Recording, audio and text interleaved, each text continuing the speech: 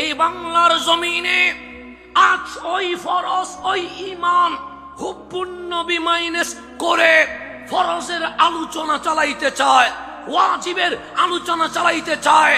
তো ঈমান বাদ দিয়া জিহাদের কথা বললে সফল হওয়া যায় না। ঈমান বাদ দিয়া খেলাফার কথা বললে সফল হওয়া যায় না। আগে তো ঈমান লাগবে। যতদিন মুসলিম উম্মাহ ঈমান মাইনাস করে খেলাফার কথা বলবে কোনদিন জিতবে না। যতদিন মুসলিম উম্মাহ নবী বাদ দিয়া ইসলামের বিজয়ের স্বপ্ন দেখবে কখনো ইসলাম জিতবে না। সেই জন্যই মালিক আমাদেরকে জিজ্ঞেস করছে, বান্দা আমার মুসলমানের অবস্থা কি? আমরা বললাম মালিক গ্রুপিং এর কোনো শেষ নাই। ডানেও দল, মাঝখানেও দল, বামেও দল, ওই দিকেও দল, ওই দিকেও দল। মালিক ইসলামকে দিয়েছে। আল্লাহ বলে ইন্নাদ দীনা ইনদাল্লাহিল ইসলাম, ইসলাম আমি আল্লাহ দিয়েছি।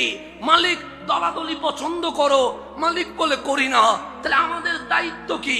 আল্লাহ বলে ওয়াক্তাসিমু বিহাবলিল্লাহি জামিআ, দলাদলির চাদর ছিঁড়ে ফেল, ঐক্যের চাদরে ঐক্যবদ্ধ হও। ওয়াক্তাসিমু বিহাবলিল্লাহি জামিআ, সবাই আল্লাহর রশি শক্ত করে ধরে ঐক্য হয়ে যাও। তো ঐক্যের ডাক হাসান আজহারি দেয় নাই, ঐক্যের ডাক সাহেব কেবলা দেয় নাই, ঐক্যের ডাক পীর মাশায়েখ দেয় নাই। সর্বপ্রথম ঐক্যের ডাক দিয়েছেন আমার মাওলা। কথা ঠিক কি না? তাহলে আল্লাহ ঐক্য চাই, কথা ঠিক নেই?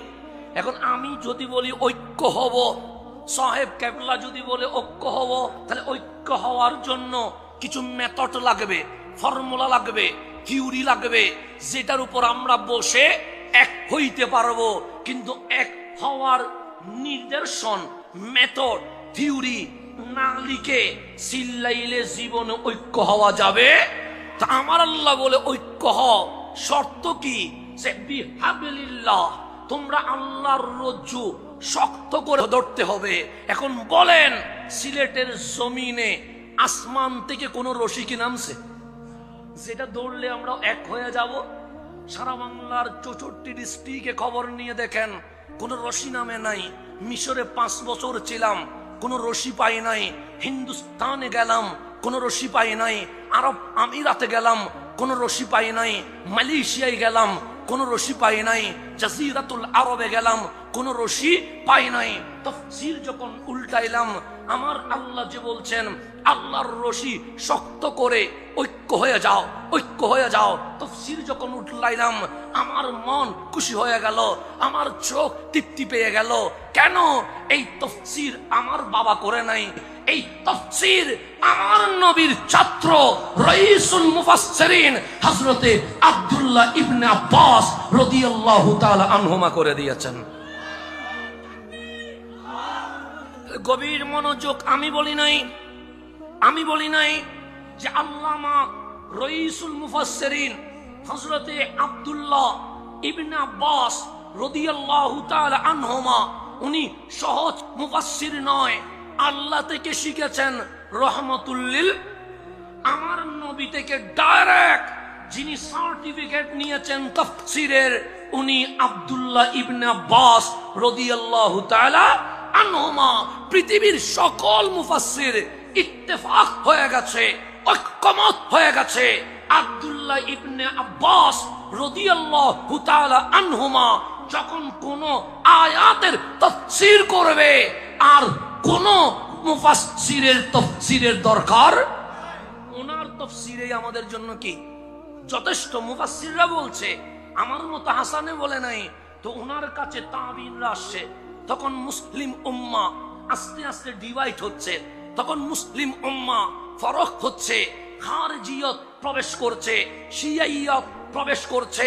এই হক ইসলামকে, সুন্নিয়তকে বিভাজন করার জন্য বিভিন্ন ষড়যন্ত্র যখন ইসলামের ভেতরে প্রবেশ করছে, তখন তাবিনরা আসলো রাইসুল মুফাসসিরিন হযরতে আব্দুল্লাহ ইবনে আব্বাস রাদিয়াল্লাহু তাআলা আনহুমার দরবারে ডাক দিয়ে বললেন, আপনি কি দেখছেন না? সে কি দেখতাম? সে মুসলিম উম্মাহ ইখতিলাফ হয়ে যাচ্ছে, ইফতিরাক হয়ে যাচ্ছে, পার্থক্য হয়ে যাচ্ছে। হ্যাঁ দেখছি।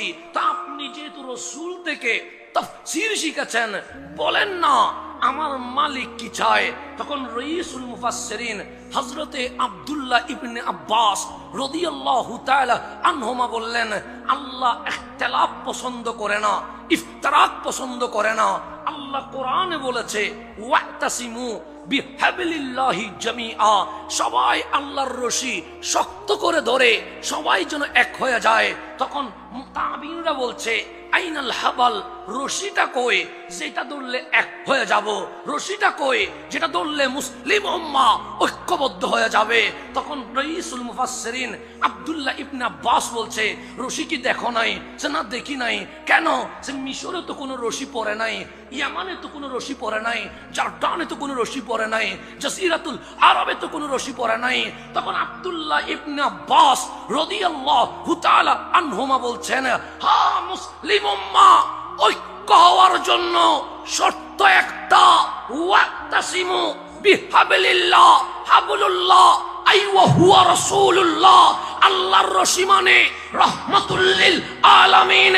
আজ 1500 বছর পর ছিন্ন ভিন্ন মুসলিম যদি ঐক্য চায়, খোদার কসম যেই দিন এই মুসলিম জনতা সোনার মদিনার সবচেয়ে গম্ভীরের নিচে দাঁড়িয়ে আমার নবীর কদম ধরে লাব্বাইক ইয়া রাসূলুল্লাহর ডাক দিবে, সেই দিন মুসলিম উম্মাহ ঐক্য হয়ে যাবে।